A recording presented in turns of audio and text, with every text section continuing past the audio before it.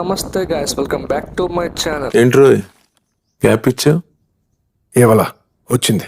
నేనైతే internship work మీద వైజాగ్ వచ్చిన. అదేంటి ఇప్పుడు వైజాగ్ అని చెప్పి హాస్పిటల్ చూపిస్తున్నాం అంటే హాస్పిటల్లో ఇంటర్న్షిప్.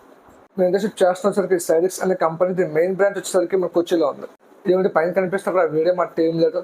అసలు మేము ఇంటర్న్షిప్ ఏంటంటే బయోమెడికల్ మీద, అంటే హాస్పిటల్ ఇన్స్ట్రుమెంట్స్ ఉంటాయి కదా, వాటి రిపోర్ట్స్ వస్తే మేము చేస్తాం. అంటే నేను కాదు, ఇక సైడిక్స్ కంపెనీలో అన్నవాళ్ళు వీళ్ళ కొరియర్ వచ్చింది చెప్పి నేను అన్న కలిపి డైలీ తీసి ఆఫీస్కి వెళ్ళి కొరియర్ రిసీవ్ చేసుకున్నాను. ఇక ఆఫ్టర్నూన్ అయిపోయింది, ఫుల్గా ఆకలేసి సరే 5 రూపీస్ అన్నకాన్ని ట్రై చేద్దాం చెప్పి అన్నకానికి వెళ్ళిపోయాను.